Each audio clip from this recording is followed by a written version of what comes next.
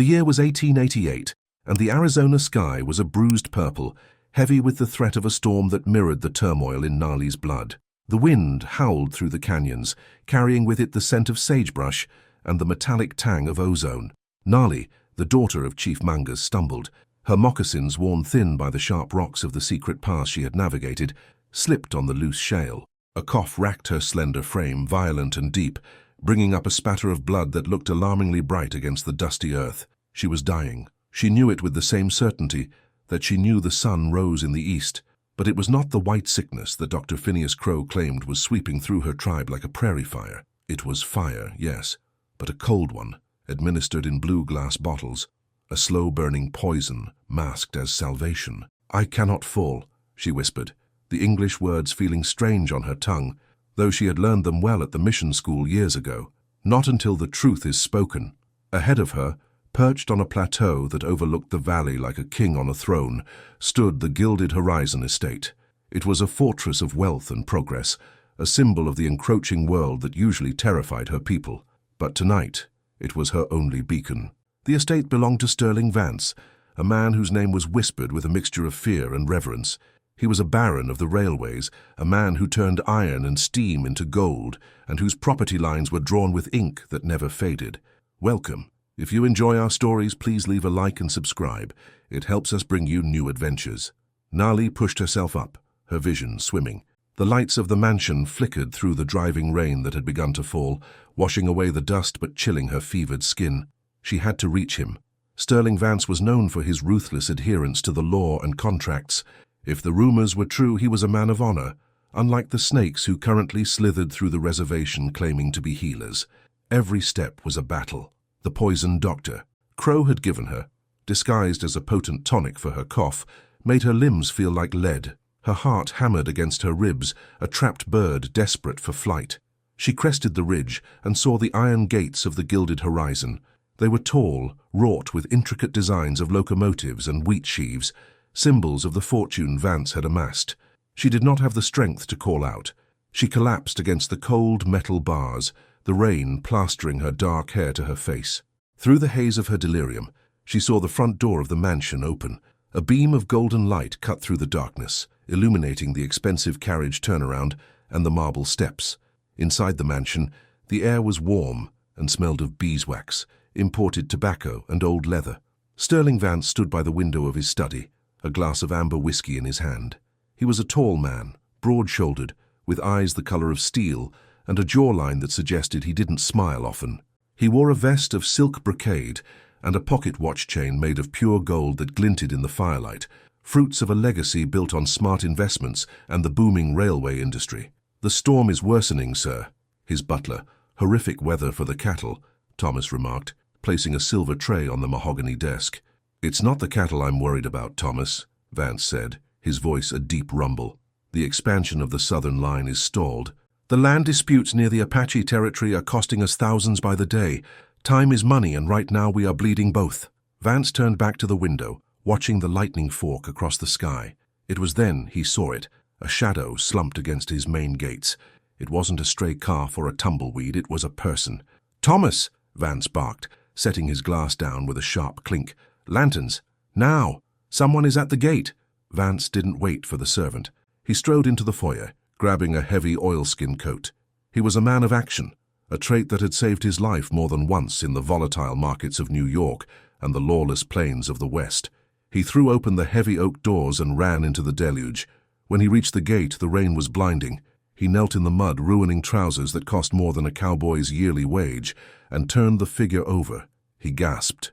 It was a woman, an Apache woman of striking beauty, despite the pallor of death on her face. Her high cheekbones and strong brow were etched with pain. He lifted her easily. She was terrifyingly light.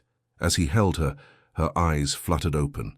They were dark, like obsidian, burning with a desperate intensity. He is killing us," she rasped, her hand clutching the lapel of his expensive coat, staining the fabric with mud and blood. "Who?" Vance asked, shielding her face from the rain with his body. "Who is killing you?" "The doctor," she choked out, her head lolling back against his arm. "Crow, poison, for the land, for the gold." Vance froze. "Gold? On the reservation?" The mere mention of the mineral was enough to topple governments and start wars, but it was the accusation of murder that chilled him more than the rain. He looked at the woman in his arms, sensing that she was the key to a mystery far greater than a railway dispute. He stood up, holding her tight against his chest. "Hang on," he commanded softly. "You've reached the Gilded Horizon. You're under my protection now." The transition from the violent storm to the sanctuary of the mansion was jarring. Sterling Vance kicked the door shut behind him, cutting off the wind's howl.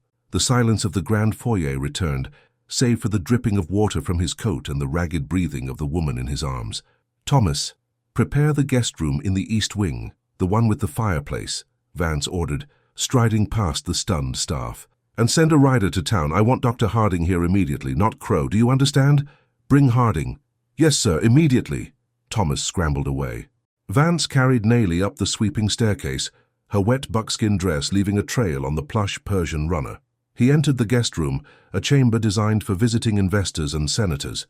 It was a space of opulence, with velvet drapes, a four-poster bed made of cherry wood, and wallpaper embossed with gold leaf. He laid her gently on the crisp white linens, the contrast between her rugged, earthy attire and the refined luxury of the bed, stark and poignant.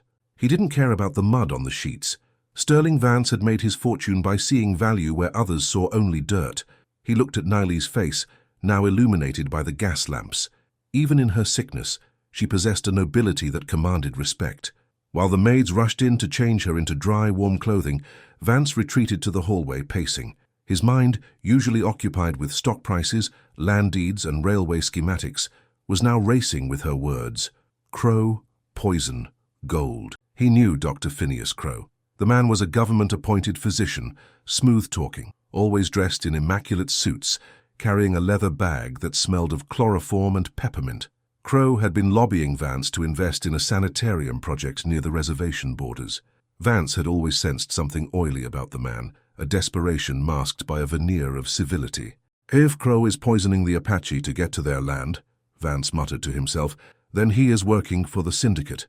The syndicate was a shadowy group of investors from the East Coast who cared nothing for the law of the West, only for the resources they could strip from it. If there was gold on Chief Mangus's land and the tribe was wiped out by a plague, the land would revert to the government, and the syndicate would be first in line to buy the deeds for pennies on the dollar. The door opened, and a maid stepped out holding the wet buckskins. "Sir, she is resting. She has a high fever and her skin, it burns to the touch, but she is fighting. She keeps calling for her father." Vance nodded. "Keep the fire roaring. I want the room as warm as a summer day." He walked back into the room. Nalee had been dressed in a silk nightgown that belonged to Vance's late sister.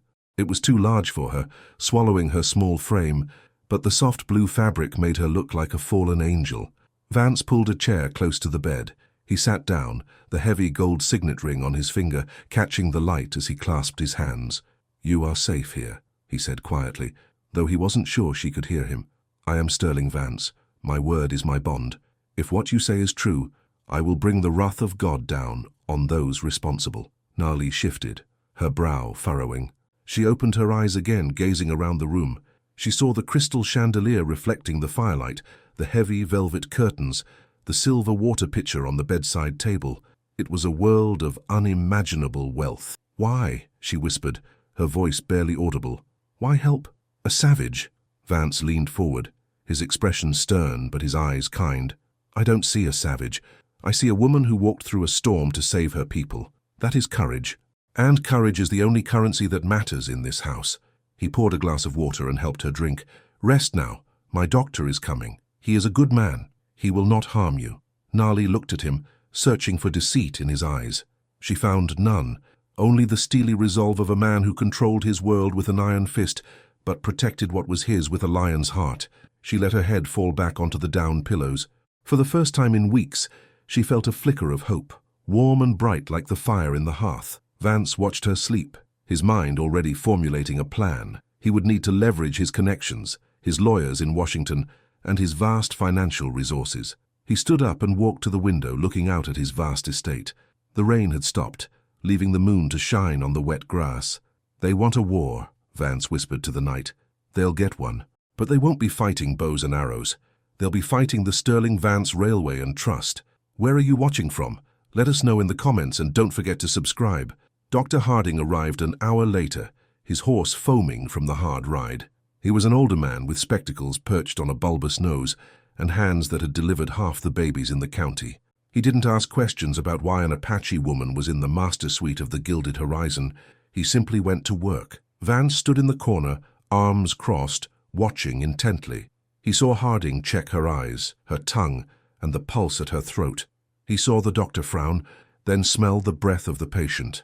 Harding turned to Vance, his face grave. "Sterling, this woman isn't sick with a contagion. She's being poisoned." "Arsenic?" Vance asked, his voice cold. "Likely. Chronic arsenic poisoning mixed with laudanum to keep her sedated and confused. It mimics a wasting disease if you don't look closely. Whoever is doing this knows exactly how to kill slowly enough to avoid suspicion, but fast enough to be certain." Vance's jaw tightened. "Can you save her?" "She is strong," Harding said, wiping his hands on a towel. "Her constitution is remarkable. If we stop the poison immediately and flush her system with fluids and charcoal, she has a chance. But she is weak, Sterling, very weak." "Do whatever it takes," Vance commanded. "Spare no expense. I want the best medicines, the best food. Charge it all to my personal account." As Harding set to work preparing an antidote, Vance left the room and went to his study. He unlocked a heavy iron safe hidden behind a portrait of a locomotive. Inside were stacks of cash, gold bonds, and land deeds. He pulled out a large map of the territory. He traced the line of the reservation. It bordered a rocky canyon that his surveyors had previously deemed worthless. But if Crow and his backers were this desperate, they must have found something. Vance took a magnifying glass and studied the geological markings. There, in a small notation from a survey done in 1850, was a marking: quartz deposits, possible mineral heavy. "Gold!" Vance hissed. They found the mother lode. Suddenly, the tranquility of the night was shattered by shouting from the front gate. Vance heard the barking of his guard dogs and the heavy thud of a carriage door. He walked to the front hall just as Thomas rushed in, looking pale. "Sir, it's Dr. Crow and Sheriff Miller. They say they are here for the fugitive." Vance's eyes narrowed. He checked the Colt revolver he kept in the drawer of the hall table. He didn't draw it, but he ensured it was loaded. "Open the door, Thomas." Dr. Phineas Crow stood on the porch, flanked by the sheriff and two rough-looking deputies. Crow was smiling, a tight, mirthless expression that didn't reach his eyes. He wore a black suit that looked expensive, but lacked the taste of Vance's tailor. "Mr. Vance," Crow said, tipping his hat, "apologies for the late hour. We received a report that a dangerous carrier of the plague escaped the reservation. A young woman. We tracked her prints to your gate. We are here to take her into custody for the public safety." Vance stepped out onto the porch, towering over the smaller doctor. He leaned against a pillar, looking every inch the lord of the manor. "Is that so, Doctor? A carrier of the plague? Strange. My physician, Dr. Harding, is with her now. He says it's not a plague at all." Crow's smile faltered for a microsecond before returning. "Harding is a country doctor, Vance. He doesn't understand the complexities of these native diseases. She is contagious.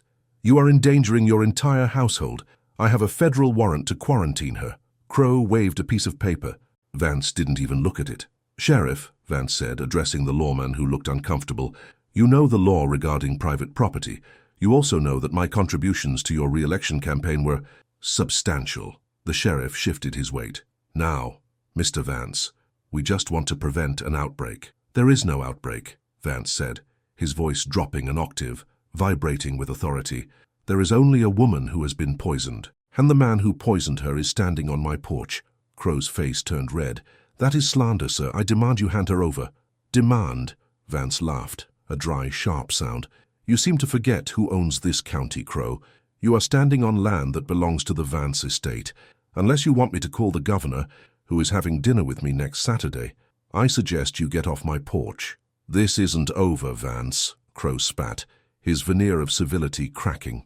"You're protecting a savage over your own kind. That land needs to be managed by men of vision, not left to rot with heathens." "Men of vision," Vance repeated. "I see clearly, Crow. I see a thief. Now leave, before I have my dogs released." Crow glared, signaling the sheriff. They retreated to their carriage. As they pulled away, Vance knew this was only the opening skirmish. They would be back, likely with hired guns or a judge in their pocket. He went back inside, locking the heavy door. He climbed the stairs to the guest room. Nalee was awake, her eyes fixed on the door. She had heard the shouting. "He came for me," she whispered, fear trembling in her voice. "He tried," Vance said, sitting beside her and taking her hand. A bold gesture that bridged the gap between their worlds. Her hand was rough, calloused, small in his large manicured palm. "But he failed. You are under my roof, Nalee. And in this house we do not bow to thieves." Vance looked at her, feeling a fierce protectiveness he hadn't felt in years. It wasn't just about justice anymore. It was about her. "We need to expose him," Vance said. "But first, you must live. Can you do that? Can you fight for me?" Nalee squeezed his hand, a weak but definite pressure.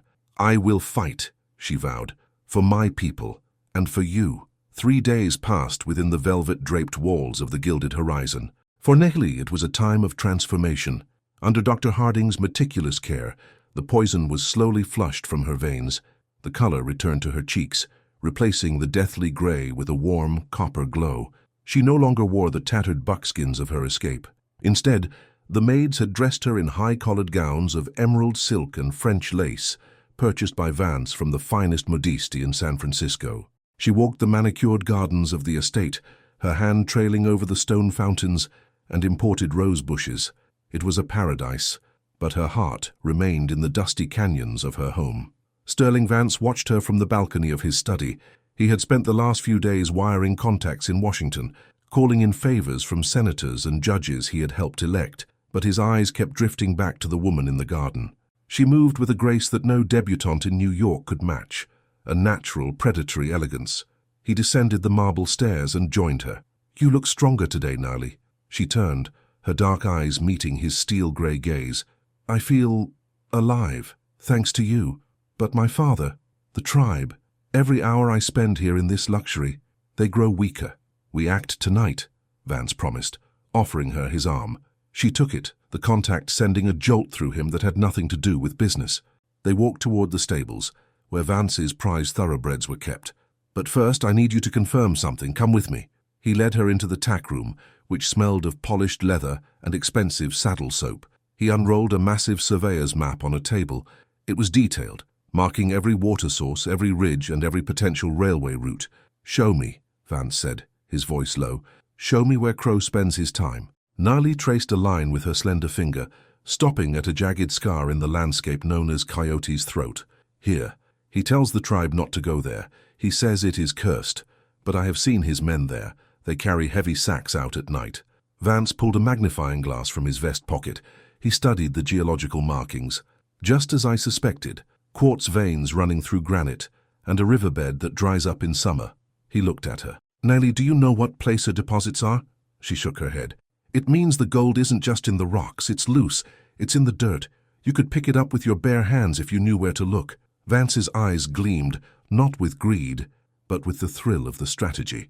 "Crow isn't just killing for land, he's killing for a fortune that could rival the Bank of England. He plans to declare the tribe extinct, claim the land as vacant public domain, and then buy the mineral rights for $1 an acre. He wants to erase us for yellow metal?" Nalee asked, her voice trembling with rage. "For power," Vance corrected. "In my world, gold is power, but he made a fatal mistake." "What mistake?" Vance straightened his cuffs, the diamond links catching the sun. "He forgot that there is always a bigger fish, and he just swam into my pond." Vance turned to his head groom. "Hitch the carriage, the armored one, and prepare the private car at the station. We are going to the reservation, and we aren't going alone." Nalee looked at him, stunned. "You are coming with me, into the sickness." "I am a businessman, Nalee," Vance said, stepping close to her, his presence overwhelming and protective. "I protect my investments, and right now, I have a vested interest in your future." He paused, his voice softening. "And perhaps I simply want to be the man who stands beside you." The journey to the reservation was a spectacle of American industrial might. They traveled in Vance's private train car, the Titan, a rolling palace of mahogany walls, velvet seats, and crystal chandeliers. The train cut through the desert landscape like a silver arrow, bellowing smoke and steam, a symbol of the unstoppable force Vance commanded. Inside, the atmosphere was tense. Nalee sat by the window, watching the familiar red rocks approach. She was dressed in a riding habit of dark blue wool, a gift from Vance that made her look like a queen of the frontier. Across from her sat Vance, reviewing documents with a United States Marshal he had summoned via urgent telegraph. "You have the affidavits?" Vance asked, pouring a glass of aged brandy for the lawman. Marshal Davies, a grim-faced man with a mustache that drooped past his chin, nodded. "If what this lady says is true, and if we find arsenic in the medical supplies, Crow will hang. Poisoning wards of the state is a federal offense. Attempting to defraud the Land Bureau is another. He'll hang," Vance said coolly, "but not before he signs over his confession." The train screeched to a halt at the dusty depot nearest the reservation. Vance's men, 10 private security agents armed with Winchester rifles, were already waiting with horses. They were efficient, well-paid professionals, loyal only to the paycheck Vance signed. They rode hard. The sun was beginning to set, casting long, blood-red shadows across the valley. As they approached the village, the silence was deafening. There were no children playing, no dogs barking. The air smelled of sickness and wood smoke. Nalee kicked her horse into a gallop, fear gripping her heart. "Father!" she cried out. They reached the center of the camp. Figures lay huddled in blankets outside their teepees. In the center, near the chief's lodge, stood a large tent marked with a red cross, Dr. Crow's makeshift hospital. Dr. Crow emerged from the tent, wiping his hands on a rag. When he saw the cavalcade of riders, led by Sterling Vance on a massive black stallion, his face went pale. He signaled to his 2 deputies, who reached for their guns. "Don't!" Vance's voice cracked like a whip. He didn't draw a weapon. He didn't have to. His 10 men leveled their rifles instantly. The click of hammers cocking echoed through the silent camp. "Mr. Vance," Crow stammered, sweating despite the cooling evening, "this is restricted territory. You are violating quarantine." Vance dismounted, his boots hitting the dust with a heavy thud. He walked toward Crow, removing his leather gloves finger by finger. "Quarantine is for the sick, Crow. This isn't a hospital. It's a slaughterhouse." Nalee ran past them into the chief's lodge. She found her father, Chief Mangas, pale and shallow breathing. A bottle of tonic sat by his bed. She grabbed it and ran back outside. "This!" she screamed, holding the blue bottle up. "This is what he gives them!" Marshal Davies stepped forward, taking the bottle. He uncorked it and sniffed. "Smells like almonds," he muttered. "Arsenic." Crow's eyes darted around, looking for an escape. "It's medicinal. Small doses. You can't prove anything." "I don't need to prove it to a jury yet," Vance said, stepping into Crow's personal space, his height and wealth radiating an aura of absolute dominance. "I bought the land surrounding this reservation this morning, Crow. I own the access roads, I own the water rights upstream, and I have a team of geologists arriving tomorrow to verify the gold deposits you tried to hide." Crow's knees buckled. You bought it?" "I bought your debt too," Vance whispered, a cruel smile playing on his lips. "The gambling debts in St. Louis? The loans from the syndicate? I own you, Phineas, and I'm handing you over to the marshal." Crow tried to run, but Vance's security chief tackled him into the dust. The deputies dropped their guns, realizing they were outmatched by the wealth and power of the Sterling Vance empire. "Give the antidote," Nalee commanded, rushing to Crow's medical bag. She found the charcoal and the clean salts Dr. Harding had described. She began shouting orders to the women of the tribe who were strong enough to stand. Vance watched her. She was a warrior. She was magnificent. In the dust and the dying light, amidst the tragedy, he saw the future, and it was brighter than any gold mine. The trial of Phineas Crow was swift. With Sterling Vance's lawyers acting as special prosecutors and the evidence of the gold deposits revealed, the jury took less than an hour to return a guilty verdict. Crow was sentenced to life in a federal prison, his name disgraced, his assets seized. But the real story, the one that the newspapers from New York to London couldn't stop printing, was the miraculous recovery of the Apache tribe and the unprecedented alliance formed in the Arizona desert. 6 months later, the reservation was unrecognizable. It was no longer a place of despair. The Gilded Horizon Mining Company, a joint venture between Sterling Vance and the Apache tribe, had opened its first shaft. The machinery was brand new, the safety standards the highest in the world. Under the contract Vance had drawn up, a contract that baffled his greedy peers in the East, the tribe retained 50% ownership of all minerals found on their land. The profits were flowing into the construction of sturdy wooden houses, a school and a modern clinic, staffed by Dr. Harding. It was a crisp autumn day when Sterling Vance rode out to the ridge overlooking the valley again. But this time, he wasn't looking at a dying woman in the rain. Nalee rode up beside him. She wore a riding habit of deep burgundy velvet, tailored to fit her perfectly, but she wore her hair loose, adorned with an eagle feather. She was the bridge between two worlds. the matriarch of a new era. "The quarterly reports are in," Vance said, smiling as he looked at the bustling town below. "The share price is up 20 points. Your people are the wealthiest landowners in the territory, Nalee." "Wealth is only good if it feeds the spirit," Nalee replied, her English now flawless, polished by months of reading in Vance's library. "You gave us more than gold, Sterling. You gave us our dignity back." "No," Vance said, turning his horse to face hers. "You had that all along. I just cleared the weeds so the world could see it." He reached into his coat pocket and pulled out a small velvet box. He didn't need to be nervous. He was Sterling Vance, a man who never lost a deal, but his hand trembled slightly. "Nalee," he began, his voice thick with emotion, "I have built an empire of steel and steam.